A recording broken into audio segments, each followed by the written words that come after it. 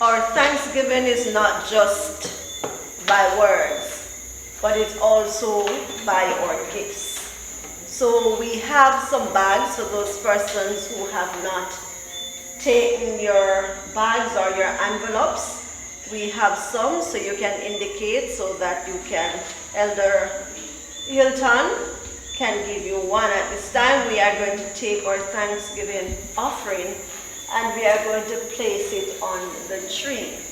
All right, so we are going to be singing any hymn of your choice, or we can sing Give, and it will come back to you. So I'm going to ask you, once you have your offering, that you will just come and lay it on the tree. Give, and it will come back to you. Good measure, pressed down, shaken together, and running over. Give, and it will come back to you. When you give to the Lord. Give, and it will come back to you. Good measure, pressed down, shaken together, and running over. Give, it will come back to you. When you give to the Lord. Give, and it will come back to you. Good measure, pressed down, shaken together, and running over. Give, and it will come back to you. When you give to the Lord. Give, and it will come back to you. Good measure, pressed down, shaken together, and running over. Give, it will come back to you. When you give to the Lord. Give, and it will come back to you. Good measure, pressed down, shaken together, and running over. Give, it will come back to you. When you give to the Lord.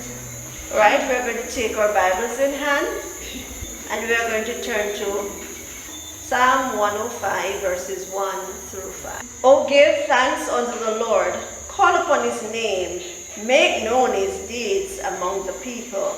Sing unto him, sing songs unto him, talking of all his wondrous works. Glory he in his holy name. Let the heart of them rejoice that seek the Lord. Seek the Lord and his strength, seek his face evermore. Remember together, remember his marvelous work that he hath done, his wonders and judgments of his mouth. All right, so at this time, we are going to be winding down. We're going to be having a song by Brother Johnson, followed by 2 more testimonies. All right, so we'll have the song by Brother Johnson and 2 more testimonies of thanks. Good afternoon, ladies and gentlemen. Good afternoon, fellow. Yes, good evening. Good evening. Good evening. All right, the song I will sing today is one that I like very much. You know, sometimes things can be challenging, and you know, I do believe too that you also want to get nearer to Christ, and in thanks for what he has done to me, I still want to get nearer to him. So hear the words of this song. Nearer, still nearer.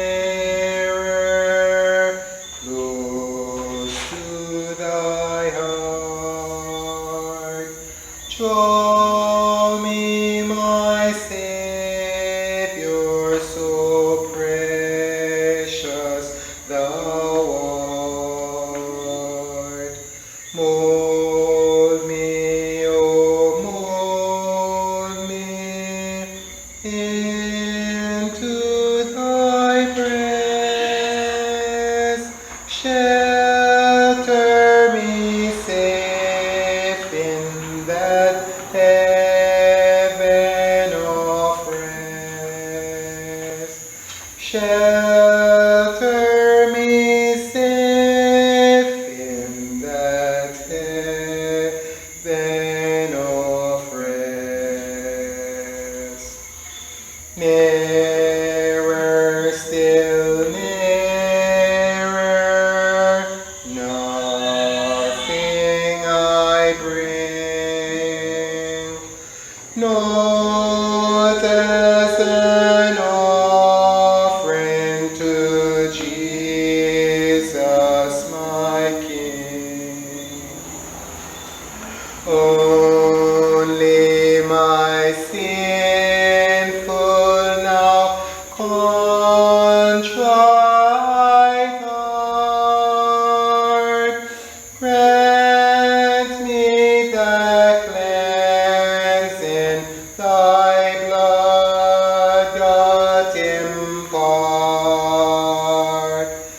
Grant me thy cleansing thy blood doth impart. Nearer, still nearer, Lord, to be thine. Sin with its follies I gladly resign.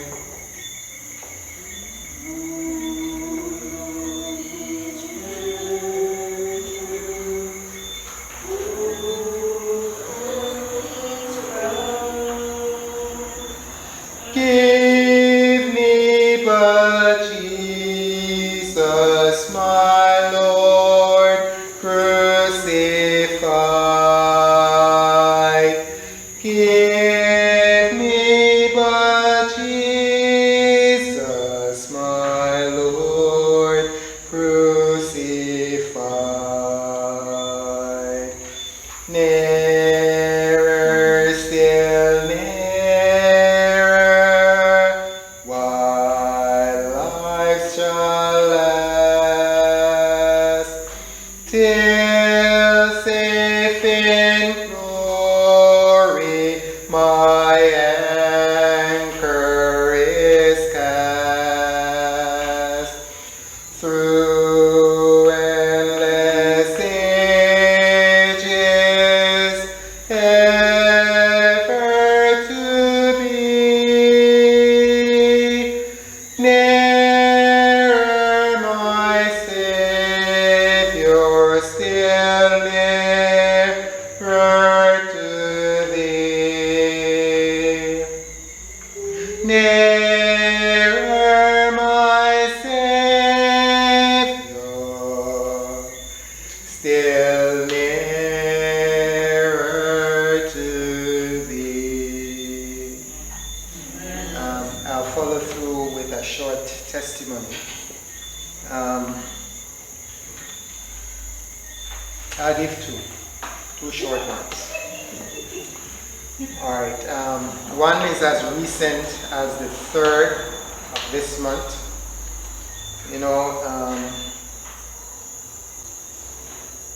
The Lord blessed me in a way where I was able to move around a little bit easier, and I was trying to connect my device to the charger, and I noticed it was not working.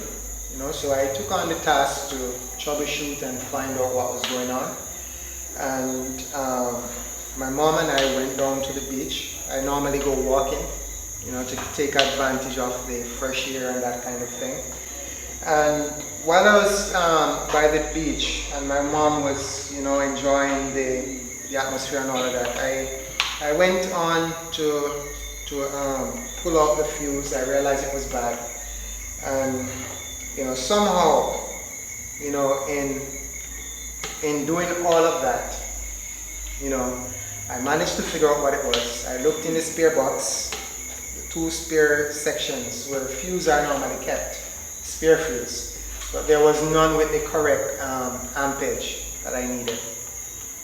So I secured the fuse, the one that was bad.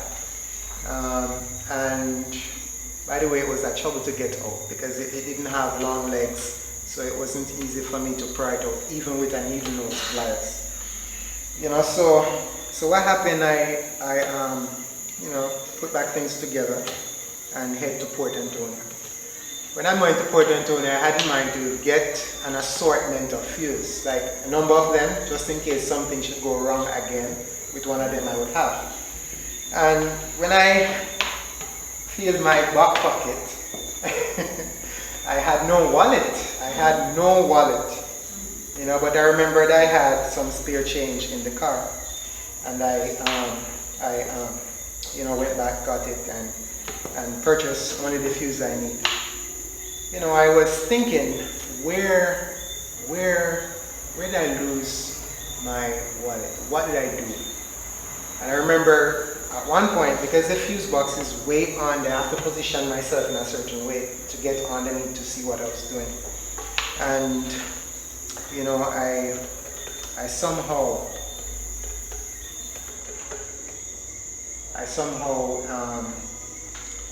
may have misplaced my wallet like that, or possibly putting it on top of the car while my mom spoke to a lady that she met. No, I don't lose my things. I don't misplace them. No, that won't happen normally. I know exactly where I put my things. I know exactly where to find them. Nonetheless, this time I misplaced my wallet. So I told my mom, let us go to the beach. Let us see where it might be. And we went. I looked around the area. By the way, we went around 6, so it was quite early. And you know, I looked around. I saw a gentleman saying something like, "Youth man, where you look for?" And he came over, and I said, "Well, I misplaced something, you know." And then he started saying some positive words. He started saying things like, "You know, say I want lucky youth." And I started saying, "What do you mean?" You know, and you know, he went back up. You see, I shouldn't get my hopes up, you know, but he went back down to where he was. He was at the far side of Winifred Beach, and he went down there, and he came back up, and he began. He told me that, "Hey, you know, you're really fortunate, because most times persons get wallets with access to a lot of cash." By the way, I don't normally keep large sums of money. When I say large, I mean like $100,000 or so. I don't keep that much on my card where somebody can just easily go and take it like that if I lose it. But that day, because I was doing some business, I had a little bit more than that just there. And that was so good that when a gentleman gave me back the wallet, he told me, "Oh, you know, I didn't take anything, you know, I didn't even look in it." You know, and I was quite pleased to know that, you know, I got it back, and like he said, he didn't take anything. Actually, when I was in Port Antonio, I actually thought maybe I need to move the funds from the car just in case somebody tried to take the funds. A lot won't be there for them to take. So I did that, but then, you know, like a few hours later, I put it back because I realized that this guy seemed to be an honest guy. So the long and short of that testimony is that God was super good to me. And I know, just like how he cared for me in that instance, I know he cared for each one of you, even like that or more. Amen. Anybody else want to share their testimonies? Good night, Virgin. Good night. It's a great challenge year last year, but it's a joyful one. Even within the Corona time when people were not going to work, God was so grateful to me that I didn't miss one day from work. And as Sister Chukune said that Portland, she loved Portland. I don't believe she loved Portland like me. You know, when I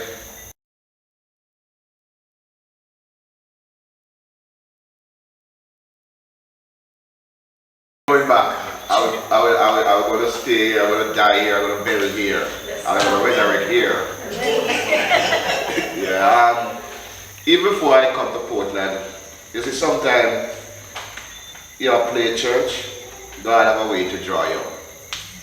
I remember when I used to be a security guard, I used to work at asset security in Boothe Shares.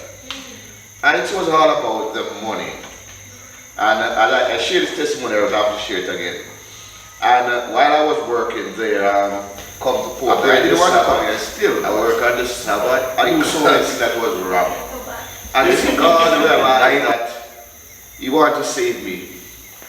Because the way I lose my work, it's unbelievable. They called me to the office one day and said, Mr. Hylton, they're not thief in orange no more. So we're going to lay you off. Because the next man was there and then he was thief in orange, and when I go there, stop thief orange. So they laid me off. And still have that man that was thief in the orange. So I began to question it and wonder why. But there was something about me that God needed to teach me a lesson. I was ignorant. I say lease because something blaze up. And God had to teach me a lesson in a unique way. It's like how God sent Moses to work with the sheep. God sent me to go work with cows. And if you understand the type of cows, when they say they are going one way, they are going one way, it's determined. And it caused me to humble myself and see when I was out there in the bush, how I could talk to God, and I feel so close to God coming to Portland. So I just got to give God thanks and praise that He caused me to lose my job and get a job in Portland and a better Christian life. Amen. Some days it's rougher than the roughest sea that you can think of. But He has kept me. He has proven Himself more and more each day, and I am thankful for that. I'm thankful for my family, thanking Him for just being who He is, for providing. There are days when we'll be there, like on one Friday, the Friday before New Year Eve. You know, I was saying to the children, let us be thankful. Let us share testimonies of being thankful. And when Abra starts relating some of the situations, how the Lord provided, I am saying, I am special. We are special. Because He said that He will never let His children lack any good thing. And for that, I am grateful. There are days when I don't have the strength to go. But He gives me the strength each day to get up, do the chores, to get to work, and to come back home safely. And I am grateful for that. In closing, I am going to read, Rejoice always. Rejoice always. In everything give thanks. That's 1 Thessalonians 5, verses 16 and 17. A thankful heart produces positive emotions. These positive emotions produce helpful chemical byproducts that are life-giving. Even in prison, the Apostle Paul radiated a thankful spirit. He knew that God, who is always in control, would strengthen him to go. Here's an eternal truth the Apostle shared with us from a Roman prison. I can do all things through Christ who strengthens. As a prisoner in Rome, Paul had lost his reputation. His enemy maligned his character. He lost his freedom. He was confined to a Roman cell or placed under house arrest. His health was failing. Throughout his history, he was stoned. He was fiercely beaten. He walked for miles with little food. He experienced shipwreck. He battled a raging storm for survival for 3 days. He was often near death. Still, in all of life's experiences, the apostle's faith was strong. His faith kept growing in the tough times. The almighty power of the living God strengthened him. God's power is more than adequate for all the tragedies in life. Here's something to be incredibly thankful about. We can face every one of Satan's assaults, every one of his attacks, and each of his temptations through the power of the Almighty Son of God, who strengthens us, empowers, and delivers us. When people are strengthened by God's Spirit, they have thankful hearts even in difficult times. The Apostle Paul lived his life by 3 fundamental principles. 1, God is in control. 2, God will strengthen me to cope. 3, God will supply all my needs. What's troubling you today? Do you feel the need of loving affection? Are you lonely? Do you have financial needs? Is your health failing? Are you struggling with some overpowering temptation? Do you have an inner yearning for purpose in your life? Are you looking for a sense of guidance? Why not bring all your needs to the Creator of the universe today? Why not claim His wonderful promise, "My God shall supply all your need," Philippians 4 verse 19. You can rejoice today. Your heart can be filled with thanksgiving. You have something to be grateful for. A loving God knows your needs. He has committed all His resources in heaven to meeting them. What have you been thankful for during this past year? Why not determine to live a life of thanksgiving for this year?